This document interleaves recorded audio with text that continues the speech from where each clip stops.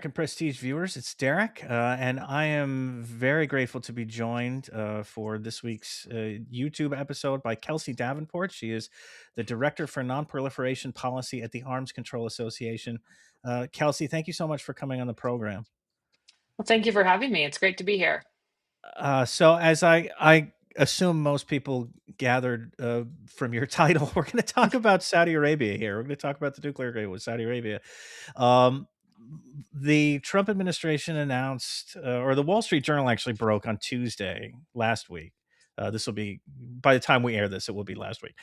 Broke the story that the U.S. and Saudi Arabia had finally come to an agreement on a civilian nuclear deal, which has been in the offing for a while now. It's been talked about in the context of Saudi normalization with Israel, also in the context of the back and forth with Iran. It's sort of been looming out there as something the United States would like to do. Now it's done. Apparently, they made the official announcement on Wednesday. We can talk about Donald Trump, maybe throwing a big wrench into the works. A day later, we can get to that later. But first, let's talk about, to put this in some context before we get into the terms, or the what seems to be the terms of this agreement. Can you talk about what these sorts of deals typically look like, what they've looked like in the past, and in particular, maybe we should talk about the 123 agreement with the UAE, which is often held up as the sort of gold standard for what you would like a nuclear deal to look like, that minimizes the risk of weaponization and proliferation while still, engaging in cooperation on civilian power. Sure. So if we rewind history for about 5 decades, when the Nuclear Nonproliferation Treaty was negotiated, it guaranteed states that do not have nuclear weapons access to nuclear technology for peaceful programs.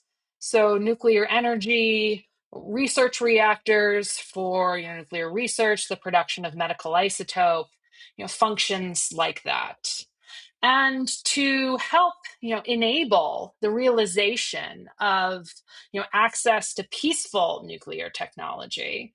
The United States has typically engaged in nuclear cooperation agreements with these states, and these agreements are necessary under U.S. law to provide a legal framework for transferring sensitive technology to other countries. So ensuring that other countries can exercise their right to peaceful nuclear programs without those programs posing a risk of nuclear weaponization.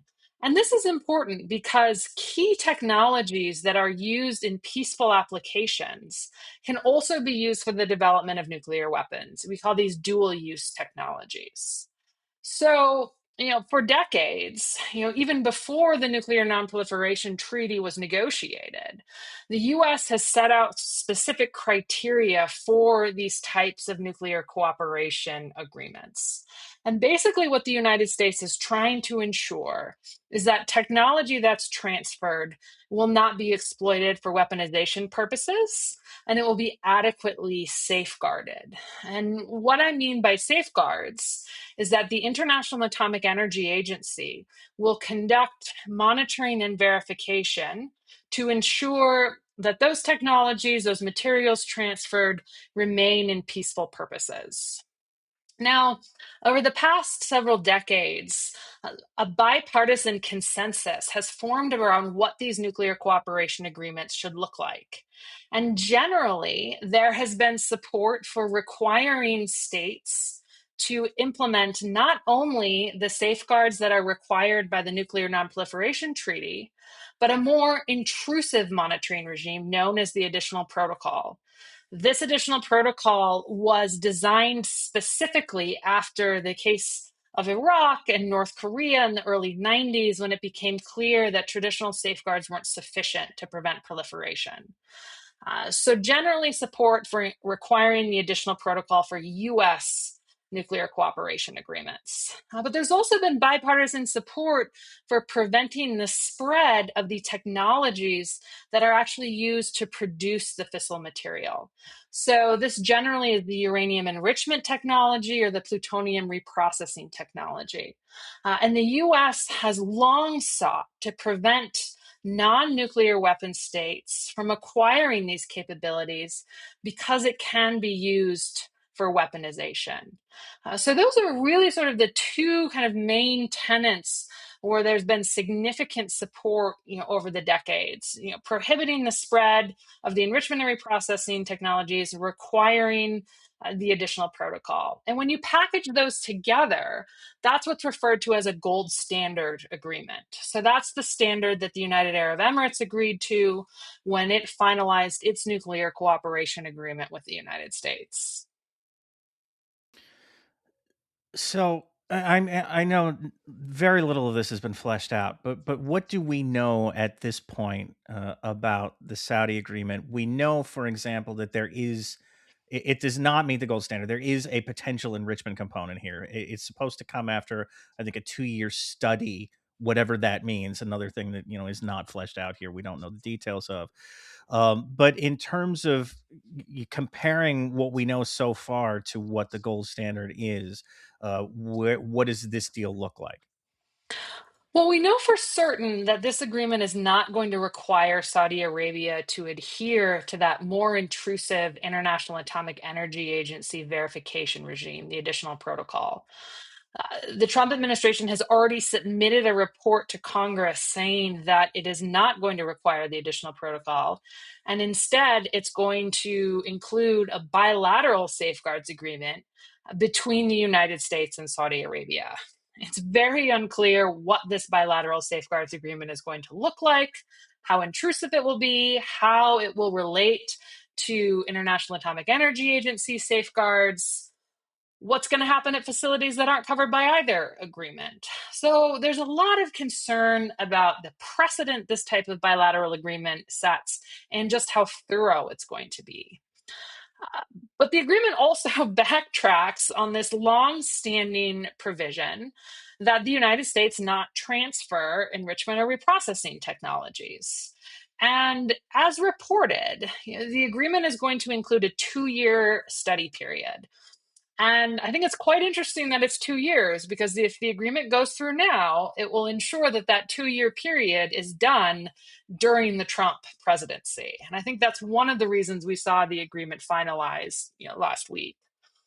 So during this 2-year study period, presumably a group of Saudi and US officials are going to look at whether enrichment is feasible in Saudi Arabia. If it is, the United States is going to build a uranium enrichment facility in Saudi Arabia. Supposedly, this would then produce the enriched uranium necessary for the nuclear reactors that Saudi Arabia has not yet built. So that would be all done under what's referred to as a black box. So ideally, Saudi Arabia is not going to have direct access to that technology. That's better than just handing over the centrifuge machines themselves, but not by much, because again, it's not clear how the US is going to secure this facility. I mean, what happens in the event of further unrest in the region that affects Saudi Arabia? What happens in the event of government collapse in Riyadh, of a greater fissure between the US and Saudi relations? There are a lot of unknown questions about how this black box would work and how it would prevent the spread of this centrifuge technology to Saudi Arabia. Now, if for some reason the agreement concludes that enrichment is not viable, 10 years after that, Saudi Arabia will have the option to either develop its own uranium enrichment program or work with another country to develop uranium enrichment. And this could be the worst of all possible scenarios because they'll have enrichment. The US won't necessarily know what's going on. It Right. probably will not be subject to this additional protocol unless Saudi Arabia reverses its opinion on that. And it wouldn't be subject to this extra bilateral safeguards agreement. So, both of these key provisions that the US has tried to include in nuclear cooperation agreements in the past have been trampled by the Trump administration. And there's a real risk that Saudi Arabia will exploit the lack of intrusive monitoring, will exploit access to these technologies to build nuclear weapons. And that's something we shouldn't forget here. That Saudi Arabia has threatened to build nuclear weapons to match any Iranian capability. And because of those threats, because Saudi Arabia has been so reluctant over the past several years to enhance its cooperation with the International Atomic Energy Agency, I think that makes ensuring that this deal has strong nonproliferation standards even more important than it may with another country. So you mentioned this 2-year study and the question of viability. Can you talk a little bit more about what that could look like? And I mean that in the sense that everybody's operating in good faith and they're actually trying to do a real viability study. And the test of viability isn't, how many billions of dollars are the Saudis going to put in Jared Kushner's investment fund, but it's actually like, we're actually testing what would that mean, the viability of enrichment in Saudi Arabia. Well, hopefully, the text of the agreement will include more details about what specific criteria this study is going to assess. Now, reporting on the deal suggests this is going to be about commercial viability. So, does it make sense economically to build this facility? If that is the case, I find it highly unlikely that this study is going to be conducted in good faith.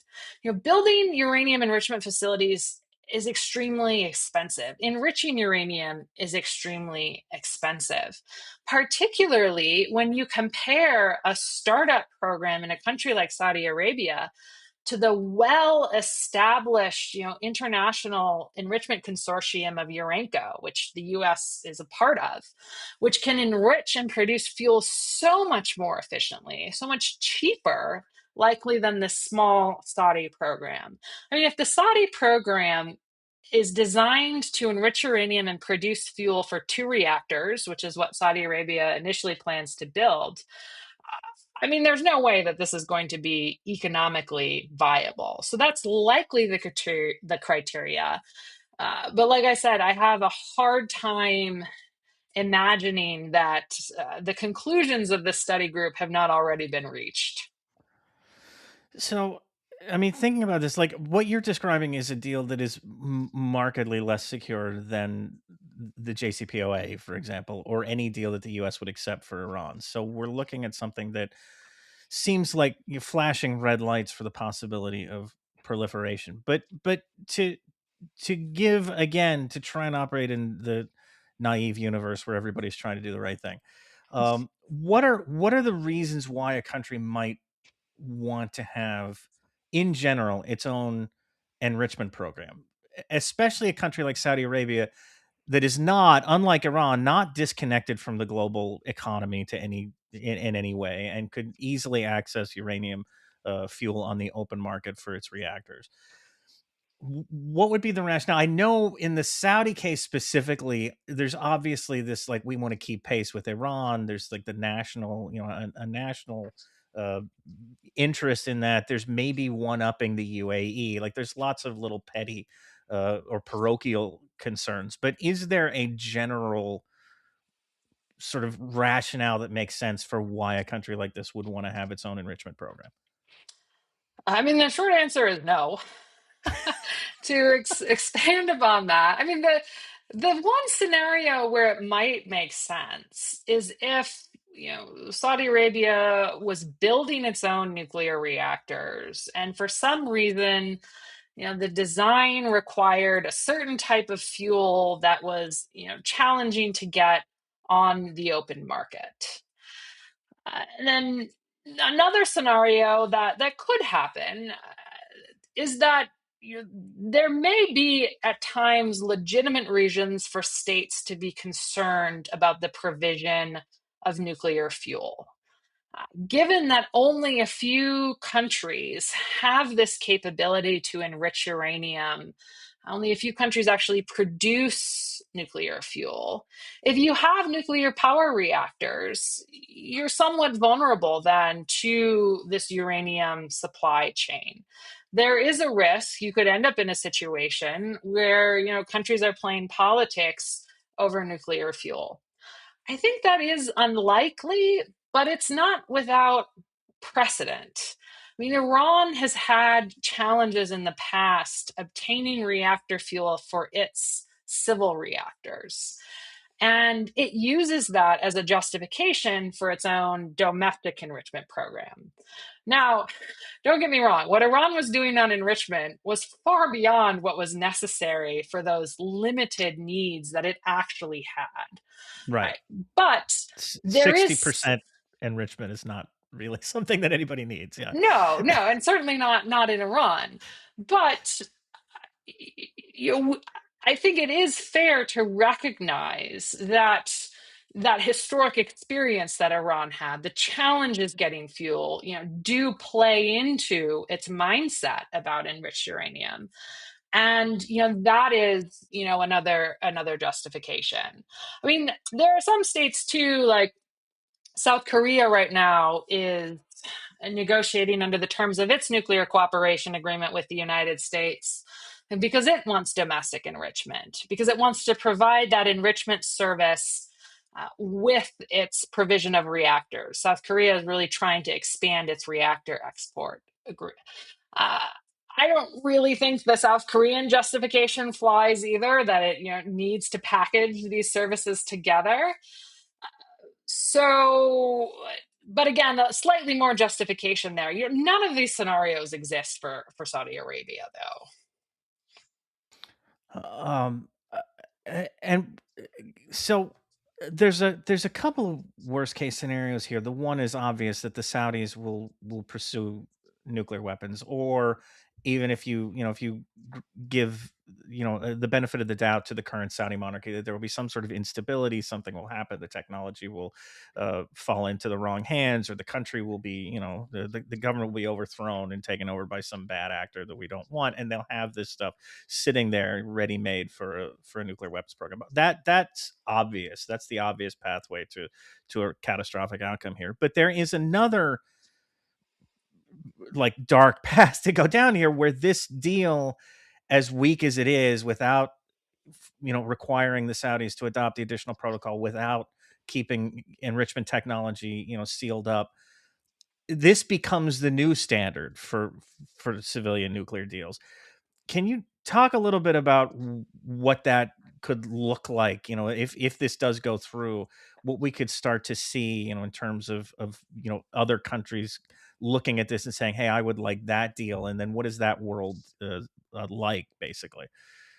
Yeah, I think that question about precedent is extremely important because this is the scenario that I'm more concerned about. I mean, if this deal goes through, I don't think we're going to see Saudi Arabia suddenly rush to a bomb. Right. I think what Saudi Arabia is likely to do is to continue developing the capabilities that would be necessary to build nuclear weapons if they decided to do so. And they'll do this while remaining in good standing with the Nuclear Nonproliferation Treaty regime. So they'll be mitigating the potential for any international consequences imposed against them that we saw levied against states like Iran or North Korea or Iraq that clearly violated their obligations under the Nuclear Nonproliferation Treaty. And I think it's quite clear that Saudi Arabia is not the only state that is thinking about this move to threshold status. I mean, I mentioned South Korea. South Korea has eliminated almost every barrier to the actual development of nuclear weapons. Except they don't have access to the means to produce the fissile material. Now they're negotiating for that. That's going to bring them very close to the threshold once they establish these capabilities. And what this creates is possible environment where we have multiple states that could tip over the edge to weaponization if they determine a nuclear deterrent is going to be advantageous to their security. And this is coming at a time when there are multiple other strategic factors that are going to be driving states to consider the calculus of nuclear weapons. I mean, one of which has to do with the reliability and credibility of the United States as an ally. I think South Korea's moves are partially predicated on this concern that it cannot count on US extended nuclear deterrence guarantees in countering North Korea's nuclear program. And I think similarly for the Saudis, if we look at how the war against Iran has been waged and how a number of countries in the Gulf got caught in the crosshairs and they could not depend on the United States for their own security. So a number of factors are kind of coming together that have been eroding the fabric of nonproliferation, that have been reversing some of these long held norms against the spread of nuclear weapons. And the US is just hastening that erosion, with this Saudi deal. Because when you combine that, with the South Korean deal, again, we could have other states coming to the US wanting those terms, but we shouldn't forget, the Russians, the Chinese, they have these technologies as well. What does this do to their thinking about nuclear cooperation? Would they see advantage in some of their partners having these capabilities at their fingertips in case the decision was made, that nuclear weapons were necessary?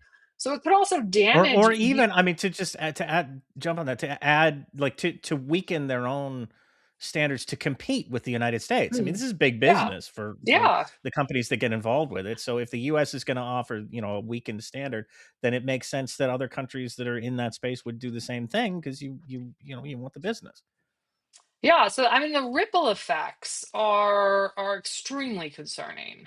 In terms of the fact that the additional protocol isn't in this agreement, can you talk a little bit about what the IAEA does under the additional protocol, and to the Trump administration's insistences that there will be adequate monitoring and safeguards in place over these sites? I think it's helpful to talk about what it looks like when the IAEA does this stuff, and whether or not the U.S. government has the capacity to step in and do that, or Mhm. something like it, or if it's likely to be something much less robust.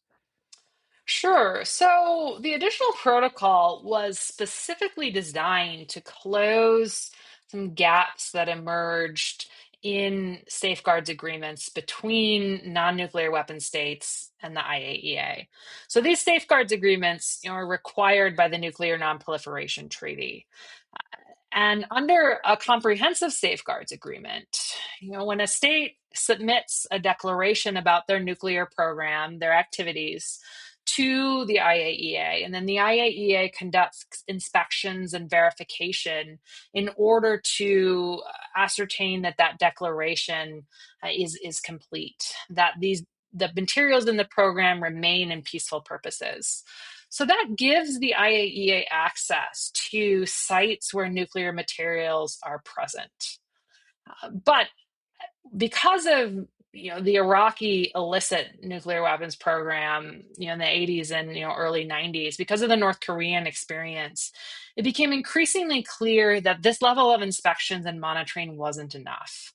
So the additional protocol was negotiated, and this also gives inspectors access to the facilities that support a nuclear program, but where there's no fissile material. So this could be facilities like the manufacturing sites for centrifuges. This would actually also include the very early steps in the uranium fuel supply. So, access around uranium mines, that's actually not considered nuclear material at that point under a comprehensive safeguards agreement. So, this gives the IAEA a lot more information that it can then use to try to ascertain if there may be illicit nuclear materials going on within a state. If there are gaps, for instance, between what the IAEA has found and what the state has declared, it also gives the IAEA more tools for investigating those concerns. And that is really crucial because it does then provide a pathway for inspections at sites in a country that may have nothing to do with the nuclear program, at least as it's declared, but where there could be something illicit happening. Now, the United States, from a technology perspective, from an experience perspective, certainly could conduct good safeguards. I mean, the U.S. national laboratories have historically worked closely with the IAEA on the development of technologies and procedures that are used for the actual safeguards process. Uh, but I think the question becomes, what exactly does this bilateral agreement include? What are those measures and procedures? And it appears from the report that the Trump administration sent to Congress that it will only apply to facilities where U.S. Saudi nuclear cooperation activities are ongoing. So that then raises a question of inspections at these other facilities that won't fall under the Comprehensive Safeguards Agreement, but could have implications if we're concerned about Saudi diversion of material or illicit activity.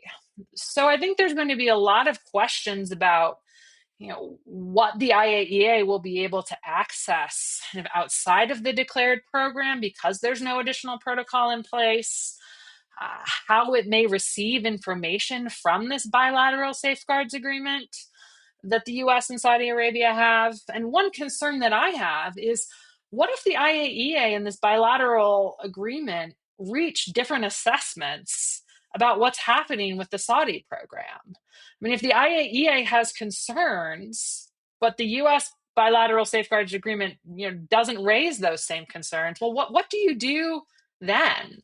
I mean, that's why, in my opinion, even if the bilateral safeguards agreement is intrusive, even if it has effective measures, it's still a terrible idea because you undermine the International Atomic Energy Agency and you risk creating these scenarios where there is kind of a lack of clarity on who might be making kind of that final assessment.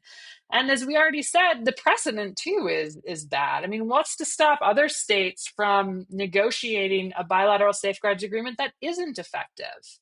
So I think it's a bad idea across the board, kind of regardless of whether or not it includes good provisions.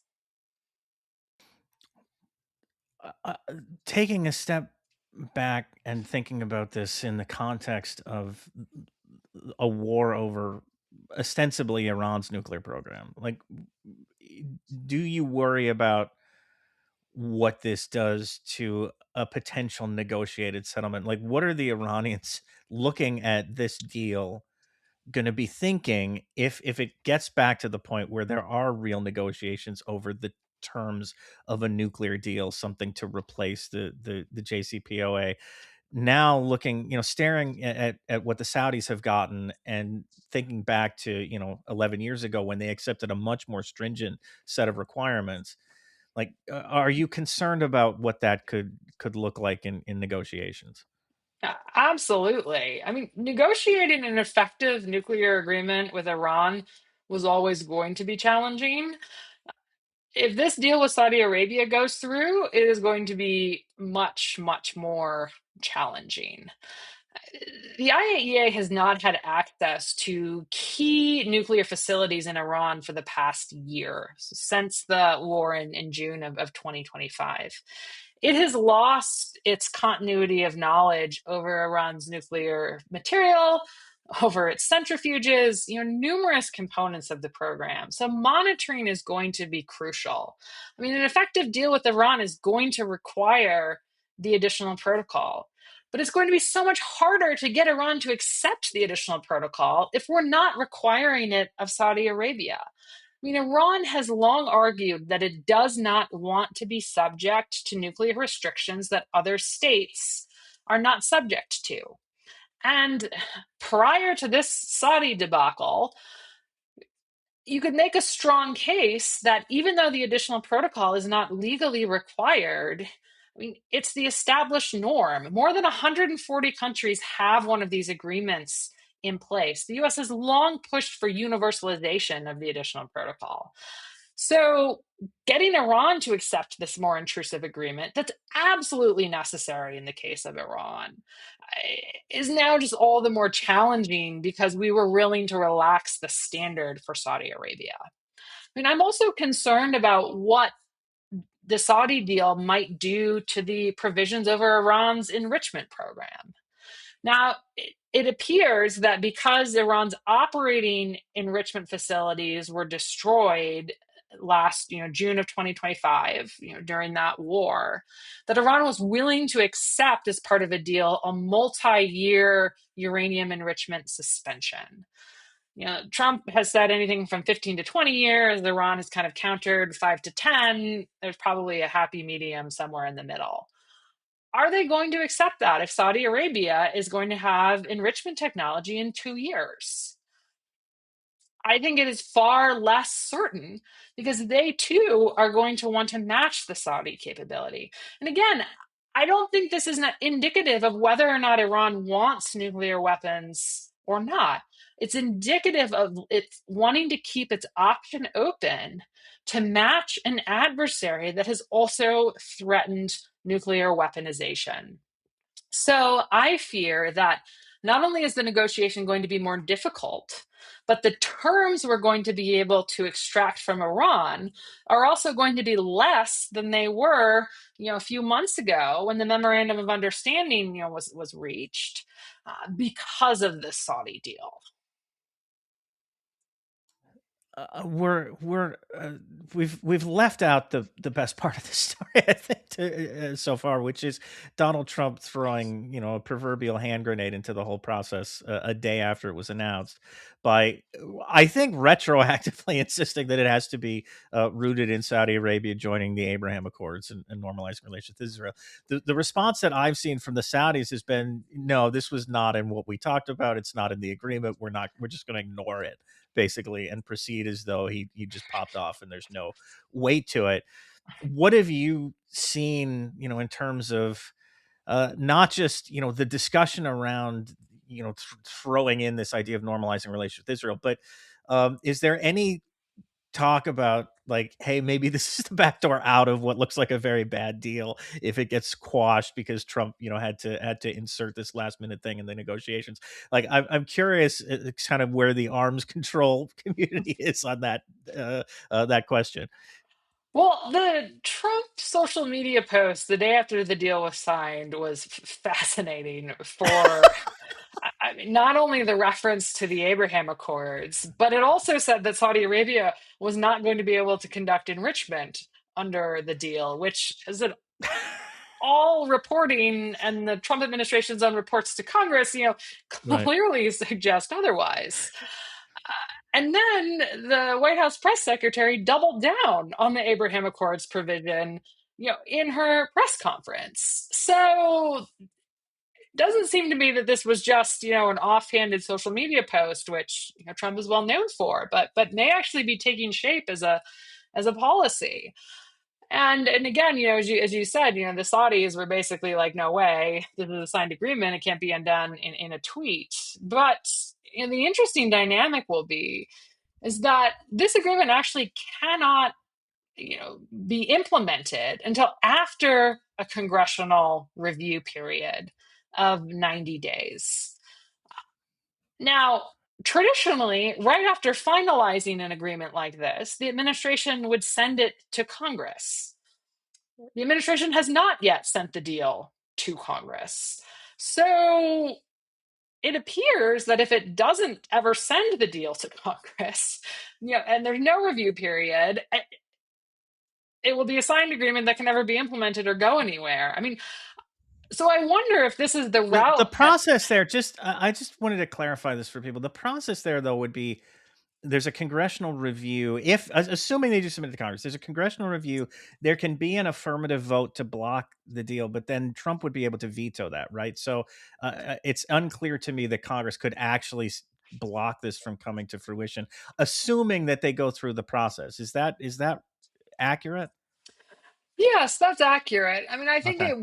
I think it is likely we could see a joint resolution of disapproval pass both houses of Congress. I mean, there is long-standing bipartisan opposition to Saudi uranium enrichment. I mean, interestingly, Secretary Marco Rubio, when he was in the Senate, was the one member of, the Republican Party who really was leading the charge against Saudi enrichment, Yeah. uh, Well, stridently Marco against Rubio Saudi used to believe a enrichment. lot of things. Yeah. So I think, there are some people in the administration who Yeah. clearly know that this is a bad idea.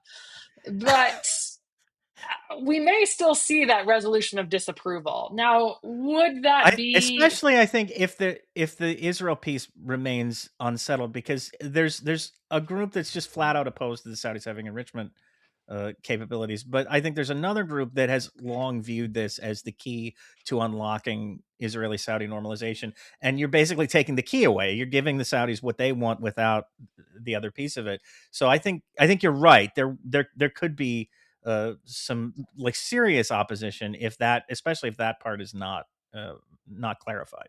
Yeah, yeah. I mean, would that be enough to reach the standard of being able to override a veto? I Right. think, unfortunately, that is unlikely. But again, it will be interesting to see given the Israeli dynamics. I mean, I think ultimately there are a lot of members of Congress who aren't going to want to vote on a resolution to approve or a resolution to disapprove, and don't want to touch this with a 10-foot pole, right? I mean, they don't want to take the blame for it either way. But again, I think that resolution of The U.S. disapproval is Congress? likely. What? No, come on. Not wanting to take Shocking. responsibility for anything? Yeah. Shocking, I'm sure. What we could see though is if there was enough support for a resolution of disapproval, Congress trying to push the president to modify the agreement in some way.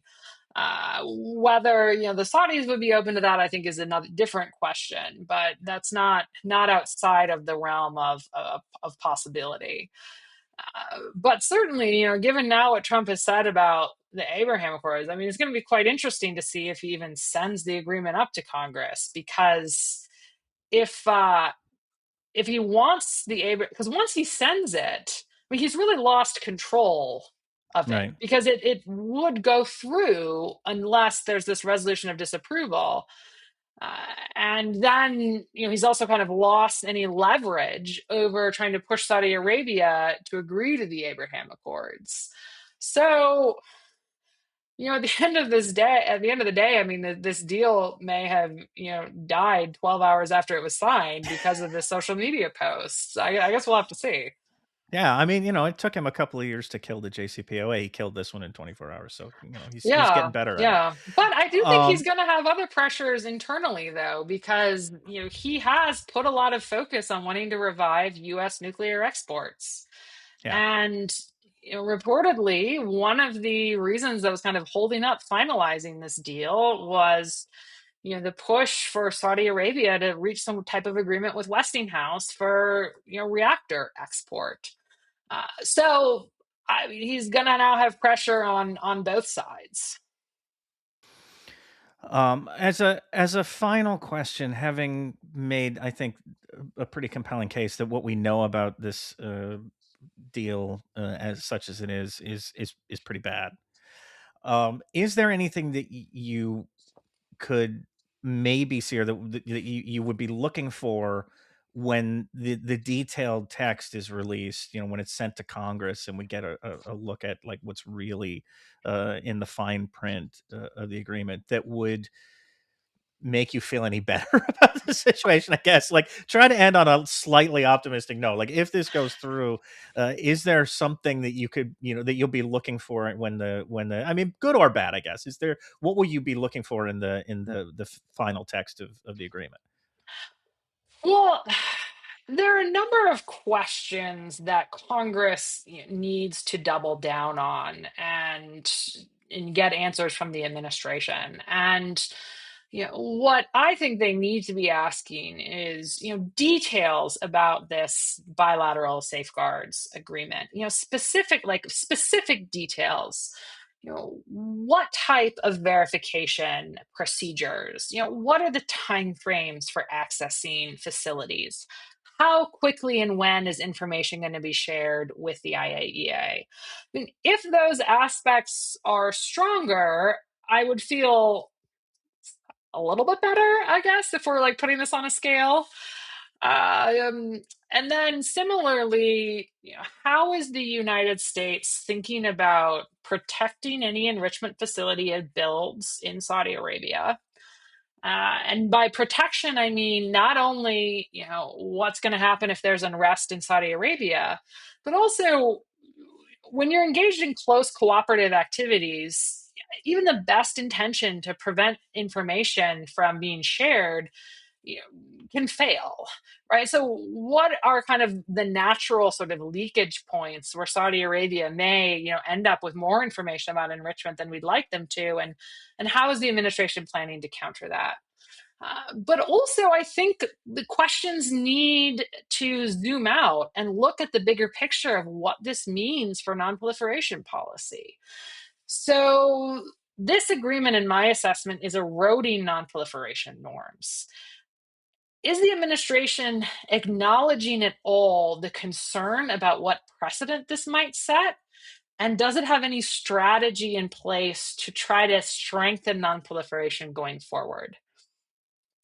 Nothing from this administration has suggested to me that they have this strategy in place. I mean, one of the things that also just I find so frustrating about this Saudi nuclear agreement is that it is such a missed opportunity to think about nonproliferation risks in the region. I mean, it's such a missed opportunity to try to create the conditions where maybe you would have multiple states collaborating on a fuel cycle program. So you disperse that risk by multilateralizing it.